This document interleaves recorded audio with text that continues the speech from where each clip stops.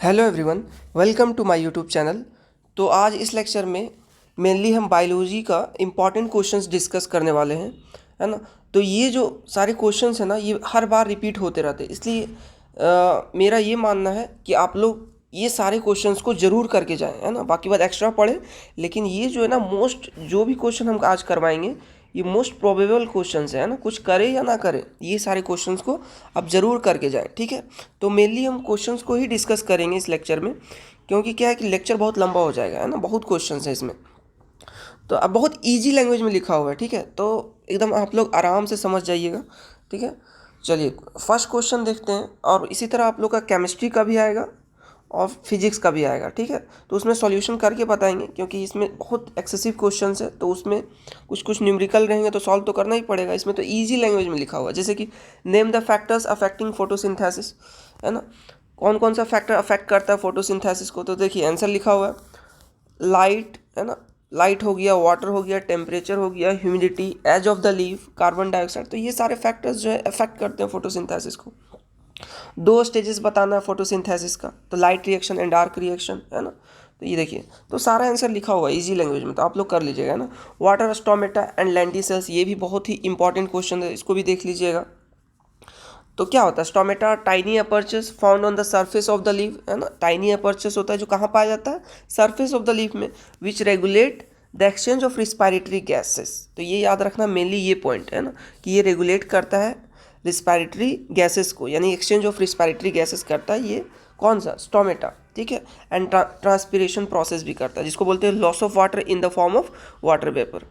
तो लेंटिसेल भी इंपॉर्टेंट है। तो lenticel are the raised pores in the woody plants, एक रेज्ड पोर होता है वुडी प्लांट्स जिसको खाल बोलते हैं हम लोग। वहीं पे क्या करता है, that allows the exchange of gases between the atmosphere and the internal issues. तो बहुत ही ईजी लैंग्वेज में लिखा हुआ है, आप लोग इसको कर सकते हैं, ठीक है। चलिए अब क्वेश्चन को ही डिस्कस करते हैं हम ज़्यादातर। Give 2 points of difference between respiration in plants and respiration in animals। respiration in plants and animals के बारे में बताना है, ठीक है। तो ये भी सिंपल है, लिखा हुआ है ना, बहुत ही इजी लैंग्वेज में। Name the respiratory organs of fees, mosquito, earthworm. तो आपको फीस के बारे में तो पता ही होगा, गिल्स होता है, सिर्फ आप फंसिएगा मॉस्किटो में एंड अर्थवर्म एंड डॉग में। तो मॉस्किटो का याद रखिएगा ट्रैक्यूल्स होता है, अर्थवर्म का स्किन होता है, डॉग का लंग्स होता है, ठीक है। वाटर कीमोट्रॉप्स, तो देख लीजिएगा, ये भी बहुत ही सिंपल क्वेश्चन है ना। Which is the largest prominent part of the brain, तो ये आपका सेरेब्रम है। डिफाइन रिफ्लेक्स आर, ये तो बहुत ही सिंपल है ना, इसको भी कर लीजिएगा। और कुछ कुछ यहाँ पे एग्जांपल भी दे दिए, जैसे रिसेप्टर ऑर्गन आपका है, सच एस आई, स्किन, है ना। तो ये तो पढ़े ही होंगे आप लोग सिर्फ, लेकिन डिफिनेशन जरूर याद करके जाइएगा, है ना। State one example of chemotropism, ये भी इंपॉर्टेंट है। Define phototropism, name the plant hormone which is responsible for phototropism. तो फोटोट्रोपिज्म क्या है, ये भी, ये तो बहुत ही सिंपल है। फोटोट्रोपिज्म मीन्स लाइट की ओर मूवमेंट होना, जैसे कि सनलाइट है और एक प्लांट है, तो प्लांट का मूवमेंट किधर होगा, सनलाइट की तरफ ही, है ना। तो ये भी देख लीजिएगा, ठीक है। और कौन सा हार्मोन होता है रिस्पॉन्सिबल फॉर फोटोट्रोपिज्म, तो याद रखिएगा ऑक्सिन। तो यहाँ पे सब लिखा हुआ है डिटेल में, ठीक है। State the function of thyroxine hormone. तो ये थायरोक्सिन हार्मोन क्या करता है, ये रेगुलेट करता है कार्बोहाइड्रेट, प्रोटीन एंड फैट, है ना, and also promote growth of body tissues. तो बहुत ही सिंपल है। नेक्स्ट है, how can we control hyperthyroidism, है ना। तो बाई आयोडाइज साल्ट यूज़ कीजिएगा तो हाइपरथायरॉयडिज्म कंट्रोल हो जाएगा। व्हाट इज़ डीएनए, ये भी सिंपल है, डीएनए डीऑक्सीराइबोस न्यूक्लिक एसिड जिसको बोलते हैं, ये इज एक पॉलीमर है made up of large number of nucleotide units. It carries genetic information from generation to generation, है ना, एक जनरेशन से दूसरे जनरेशन में कैरी करता है। वही चीज़ फिर से इसको भी पढ़ लीजिएगा, व्हाट इज़ डीएनए कॉपिंग क्या होता है and why is it important. तो डीएनए कॉपिंग क्या होता है, तो जो इनहेरिटेंस जो ट्रांसफ़र होता है ना, एक जनरेशन से दूसरे जनरेशन में, तो वही तो डीएनए कॉपिंग होता है पेरेंट्स ऑफ स्प्रिंग में। And why is it important, तो ये इंपॉर्टेंट क्यों है, क्योंकि ये स्पीसीज़ को मेंटेन करने में, सर्वाइवल ऑफ स्पीसीज़ जो है, देखिए यहाँ पे लिखा हुआ है, such variation are useful for the survival of species over time, है ना। तो इस स्पीसीज़ को मेंटेन करता है, तो ये कर लीजिएगा, बहुत ही, ये भी बहुत ही अच्छे तरीके से लिखा हुआ है। Name the method by which spirogyra reproduces under favourable condition. In this method sexual और एसेक्सुअल। अब कौन सा मेथड से जो है स्पायरोगेरा रिप्रोड्यूस करता है अंडर फेवरेबल कंडीशन, तो फ्रेगमेंटेशन याद रखिएगा, है ना। This is an asexual mode of reproduction, ये कौन सा मेथड होता है, एसेक्सुअल, ये आप लोग भी जानते होंगे। List for mode of asexual reproduction other than fission in the living organism, तो 4 आपका बर्डिंग हो गया, स्पोर फॉर्मेशन हो गया, रीजनरेशन, फ्रेगमेंटेशन, है ना। डिफाइन मल्टीपल फिजन, तो मल्टीपल फिजन क्या होता है, यानी कि कोई पेरेंट्स है ना, उससे जब ऑफस्प्रिंग तैयार होगा तो दो या उससे अधिक ऑर्गेनिज्म स्प्लिट होगा, है ना। तो वही लिखा हुआ है कि the parent organism split to form many new organism and at the same time. Multiple fusion occurs in plasmodium, ये याद रखना है। Which contraceptive method changes the hormonal balance of the body, तो याद रखिएगा केमिकल कॉन्ट्रासेप्टिव जो है hormonal body को बैलेंस ऑफ द बॉडी को चेंज करता है ना। List two function of ovary of human female reproductive system, तो बहुत ही सिंपल, तो प्रोडक्शन ऑफ फीमेल गेमेट्स, ओवा रिलीज होता है फीमेल से, है ना। सेक्रेशन ऑफ फीमेल हार्मोन्स जिसको बोलते हैं एस्ट्रोजेन, है ना। हम लोग में क्या होता है, टेस्टोस्टेरोन हार्मोन रहता है मेल में, है ना, तो ये फीमेल में एस्ट्रोजेन हार्मोन रिलीज होता है। और हम लोग में मेल का भी याद रख लीजिएगा, मेल में क्या होता है, तो स्पर्म रिलीज होता है ना। और ये स्पर्म जो है टेस्टोस्टेरोन हार्मोन के कारण रिलीज होता है ना, तो ये देख लीजिएगा।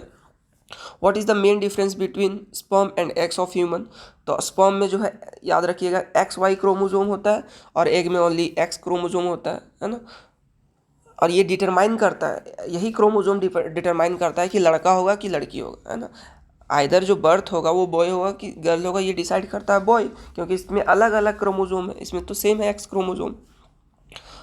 What write the importance of this difference, तो maintaining the genetic continuity in the organism, है ना। तो ये देख लीजिएगा, बहुत ही simple.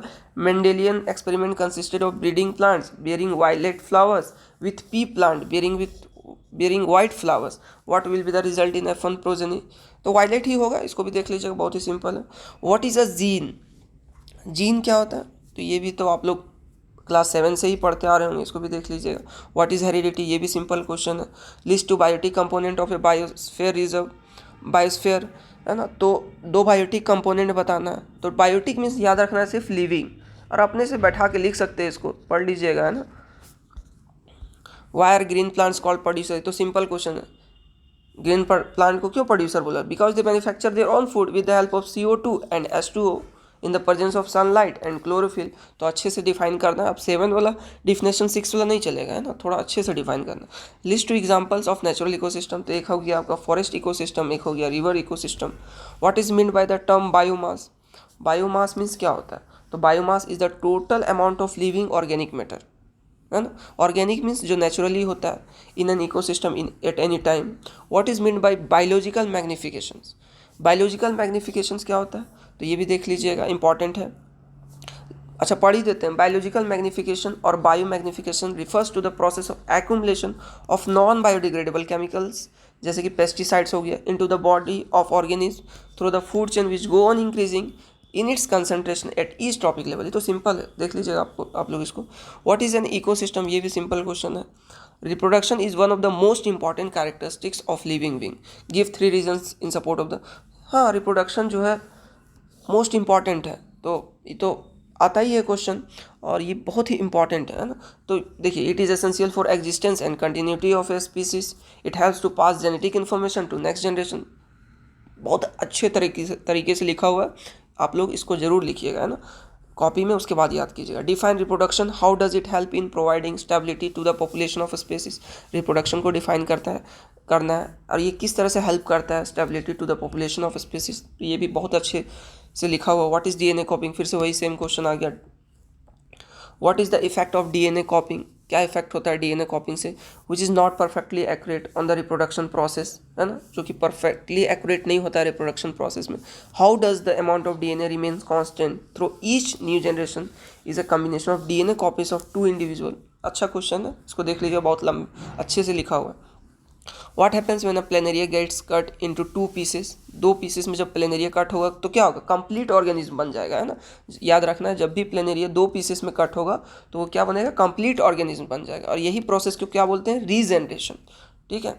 What happens when a mature Spirogyra filament attains considerable length, mature spirogyra जब कंसिडरेबल लेंथ अटेन कर लेता तो क्या होगा, तो यहाँ पे लिखा हुआ कंसिडेंट लेंथ जब अटेन कर इट सिंपली ब्रेक 2 और मोर फ्रेगमेंट, है ना, 2 और मोर फ्रेगमेंट में टूट जाएगा and each fragment then grows into a new spirogyra, और फिर हर एक फ्रेगमेंट क्या बनेगा, एक न्यू स्पायरोगायरा बनेगा।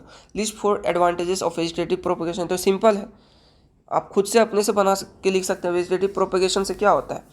तो जो भी आप क्रॉप्स लगाते हो या कुछ भी लगाते हो तो उससे वो अच्छा ग्रो होगा, है ना, तो वही अच्छे से पॉइंट में लिखा हुआ देख लीजिएगा। और ये हाइब्रिड होता है। व्हाट इज पेरिस्टालिटिक मूवमेंट, है ना, ये तो और simple question. Stomata remains close in desert plant during day time, how do they photosynthesis. तो व्हाट इज पेरिस्टालिटिक मूवमेंट देख लेना है।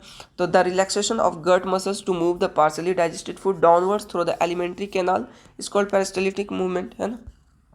In desert plants, stomata open at night and take in carbon dioxide CO2. Stomata remains closed during daytime. Prevent the loss of water by transpiration. सब कुछ लिखा हुआ है, देख लीजिएगा इसको। Why is nutrition necessary for the human body? Nutrition क्या होता है, ये तो और simple question. What causes movement of food inside the alimentary canal, है ना।